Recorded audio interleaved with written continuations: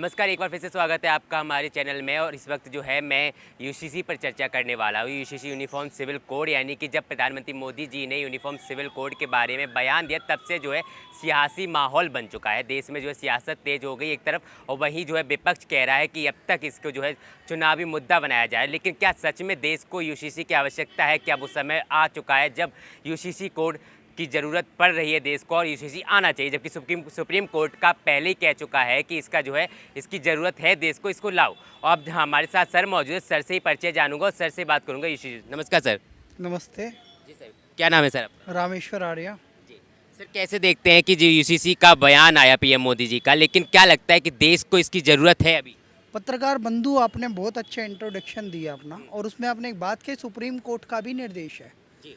और उसके अलावा जिस पार्टी के नेता का आपने नाम लिया, जो वर्तमान प्रधानमंत्री है नरेंद्र मोदी, ये वो सौभाग्यशाली प्रधानमंत्री है जो भारतीय जनता पार्टी और जनसंघ के सपनों को पूरा कर रहा है। एक निशान, एक विधान, एक संविधान। धारा 370 हटा दी, एब्रोगेशन 370 भारतीय जनता पार्टी के मैनिफेस्टो में लिखा हुआ था। हटाया किसने? मोदी जी ने। कब हटाया? जब दूसरे टर्म में जीते 303 सांसद। ठीक है, देखो कोर्ट के माध्यम से सुप्रीम कोर्ट में फैसला हुआ और राम मंदिर बन रहा है, भव्य श्री राम मंदिर। ये भी भारतीय जनता पार्टी का मुद्दा था।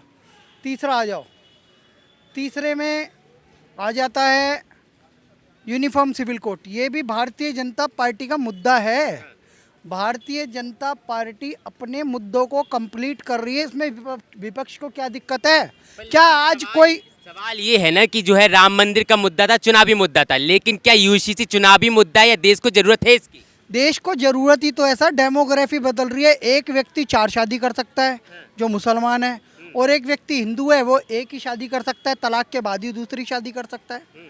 यह दिक्कत हो रही है। 4 शादी 40 बच्चे, डेमोग्राफी चेंज। शोएब जमाई कहता है 75 करोड़ मुसलमान हिंदुस्तान का, 75 करोड़ बांग्लादेश का, 75 करोड़ पाकिस्तान का, हम सारे मिलके भारत को अगर अखंड भारत बना तो भारत का प्रधानमंत्री बदल देंगे। उसके बाद हम यहाँ पे गजवाए हिंद ले आएंगे, या हम यहाँ पे इस्लामिक राष्ट्र बना देंगे। पीएफआई भी यही कहता है, हम गृह युद्ध कर देंगे। ये चल क्या रहा है? तो क्या इन्हीं बयानों से डर कर जो है यूसीसी आ रहा है? डर के नहीं, देखो मुद्दा बीजेपी का है। फिर मैं वहीं पे आ जाता हूँ वापस। ये मुद्दा भारतीय जनता पार्टी के मैनिफेस्टो का है। एक मुद्दा था इंदिरा गांधी का, गरीबी हटाओ का। क्या नारा दिया था उन्होंने? गरीबी हटाओ, लेकिन गरीब गायब कर दिए। इंदिरा गांधी ने अपने मुद्दे पूरे नहीं करे, कांग्रेस ने अपने मुद्दे पूरे नहीं करे। अगर भारतीय जनता पार्टी पूरे कर रही है तो इसके खुशी मनाओ ना। कोई एक ऐसी पार्टी तो है भारत में जो डिलीवर पे विश्वास करती है, सिर्फ बोल बच्चन नहीं करती है। तो मोदी जी का स्वागत है, और वो इतिहास रच रहे हैं। यूनिफॉर्म सिविल कोड लागू होना चाहिए। और मैं कहता हूँ 100 बीमारियों का एक इलाज, हिंदू राष्ट्र। बागेश्वर धाम सरकार दिल्ली आए हुए हैं, भारत को हिंदू राष्ट्र बनाने के लिए वो शंखनाद कर चुके हैं। मैं तो कहता हूँ 2024 में भारतीय जनता पार्टी के मैनिफेस्टो में पहला मुद्दा होना चाहिए कि भारत को अखंड हिंदू राष्ट्र बनाया जाए। और सबसे बड़ा मुद्दा यही होना चाहिए, जितने भी सांसद चुने जाएं वो सनातन धर्म की शपथ लेके चुने जाएं। पर विपक्ष तो कह रहा है ना कि यूसीसी जैसे मुद्दे, जैसे यूसीसी हुआ, 370 हुई, राम मंदिर हुआ, ये मुद्दे चुनाव के वक्त ही सरकार को क्यों याद आते हैं, जबकि 9 साल से सत्ता में मौजूदा सरकार थी? मेरे प्रिय बंधु, रिसर्च करो। मेरी वीडियो के बाद एक रिसर्च वीडियो बनाना। भारतीय जनता पार्टी जब से जन्म हुआ है, फाउंडेशन हुई है, तब से इन मुद्दों को लेके चल रही है। क्या वो अपने मुद्दे पूरे ना करे? और महंगाई, बेरोजगारी, सड़क बनाना, ये सब करना है तो कॉमन इश्यूज़ हैं, वो सब पार्टियां करती हैं, वो करना ही है, वो तो बाय डिफ़ॉल्ट है वो। लेकिन कुछ कोर इश्यूज़ होते हैं, वो पार्टीज़ के होते हैं।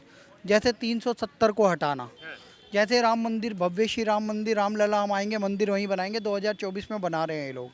फिर एक और मुद्दा आता है यूनिफॉर्म सिविल कोड, सबको समान कानून। एक और बात, 1965 में एक कानून लागू हुआ था गोवा में, जब पोर्तुगीज़ गए, यूनिफॉर्म सिविल कोड, वहाँ पे कॉमन सिविल कोड लागू है।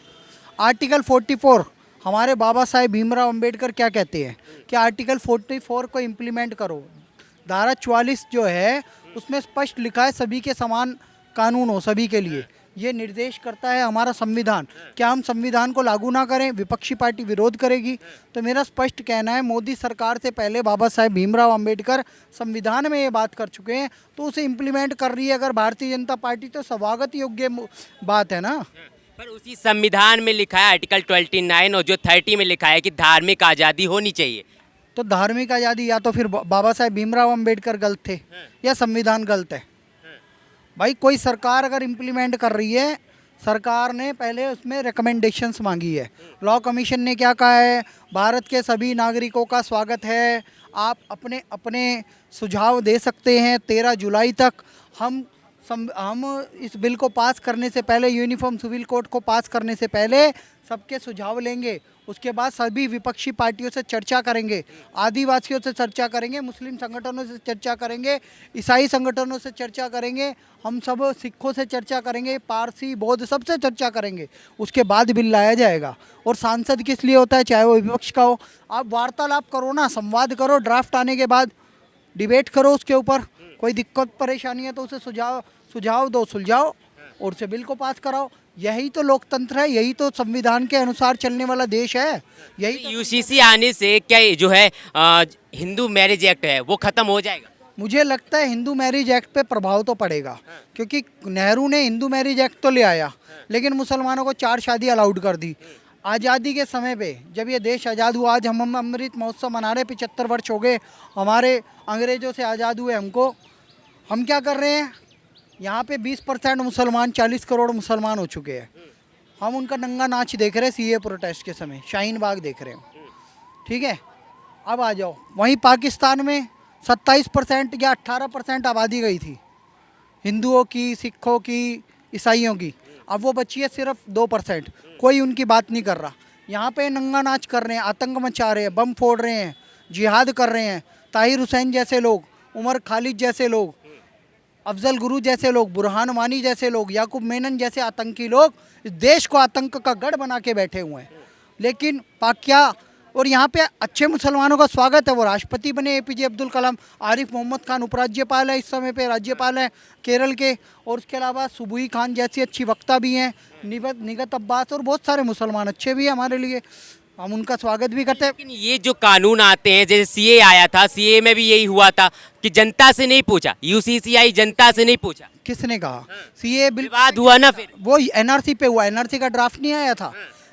अमित शाह जी ने संसद में बोला था सीए आ गया। सीए का मतलब होता है सिटीजनशिप अमेंडमेंट एक्ट, नागरिकता संशोधन कानून। जो मैंने आबादी की बात बताई, मुस्लिम आतंकवादियों ने पाकिस्तान के जो हाफिज सईद है, जितने मुस्लिम आतंकवादी पाकिस्तान में पल रहे हैं, उन्होंने सारे हिंदुओं को समाप्त कर दिया। वहाँ कोई प्रधानमंत्री नहीं बन सकता, कुछ नहीं बन सकता, उनको कोई राइट नहीं है। प्रोफेसर जोगिंद्रनाथ मंडल यहाँ सड़ के मर गए, और यहीं बाबा साहेब अम्बेडकर को यहाँ पे उनको मंत्री भी बनाया गया, लॉ मिनिस्टर। उसके बाद उनको पूजा जाता है इस देश में, और वहाँ कोई पूछने वाला नहीं है।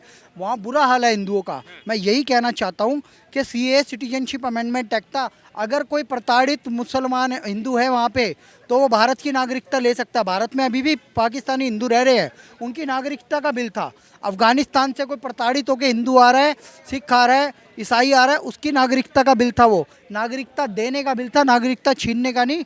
और वो बिल आने के बाद एक भी मुसलमान की नागरिकता नहीं गई। एनआरसी का ड्राफ्ट नहीं आया। ये कहते हैं ड्राफ्ट के बाद आंदोलन करेंगे, जब ड्राफ्ट ही नहीं आया, जब कोई बहस ही नहीं हुई, तो ये आंदोलन किस बात का करते? इनका इलाज सिर्फ योगी आदित्यनाथ ने किया। उत्तर प्रदेश में तोड़ दिए इनकी तशरीफ, इनके घर को पत्थर बना दिया। जो सरकार विरोधी प्रदर्शन कर रहे थे, जो पत्थरबाजी कर रहे थे, उन सब की बैंड बजा दी। तो योगी आदित्यनाथ वाला मॉडल होना चाहिए भारत के गद्दार मुसलमानों के लिए, जो पाकिस्तान की मांग करते हैं, पाकिस्तान जिंदाबाद करते हैं, सीए प्रोटेस्ट करते हैं, देश में दंगे करते हैं। उनका एकमात्र इलाज है योगी मॉडल, वही राम राज्य है। और मैं कहता हिंदू राष्ट्र के पहले प्रधानमंत्री योगी आदित्यनाथ ही बनने चाहिए। तो देखा सर से बात की, सर ने कहा कि जो है यूसीसी की आवश्यकता इस देश को हो चुकी है, क्योंकि जो है अब तक काफ़ी सरकारें, तमाम सरकारों ने जो है आवाज़ उठाई, लेकिन यूसीसी लागू नहीं हो पाई। जबकि सुप्रीम कोर्ट का पहले ही कहना है कि जो है हमने 3 बार जो है कांग्रेस पार्टी को भी बोला है और 2 बार जो है बीजेपी सरकार को भी बोला है यूसीसी के लिए, लेकिन दूसरी बार में जो है यूसीसी लागू होने के लिए बयान भी मिल चुका है। आपकी क्या राय है, कमेंट बॉक्स में ज़रूर बताइएगा।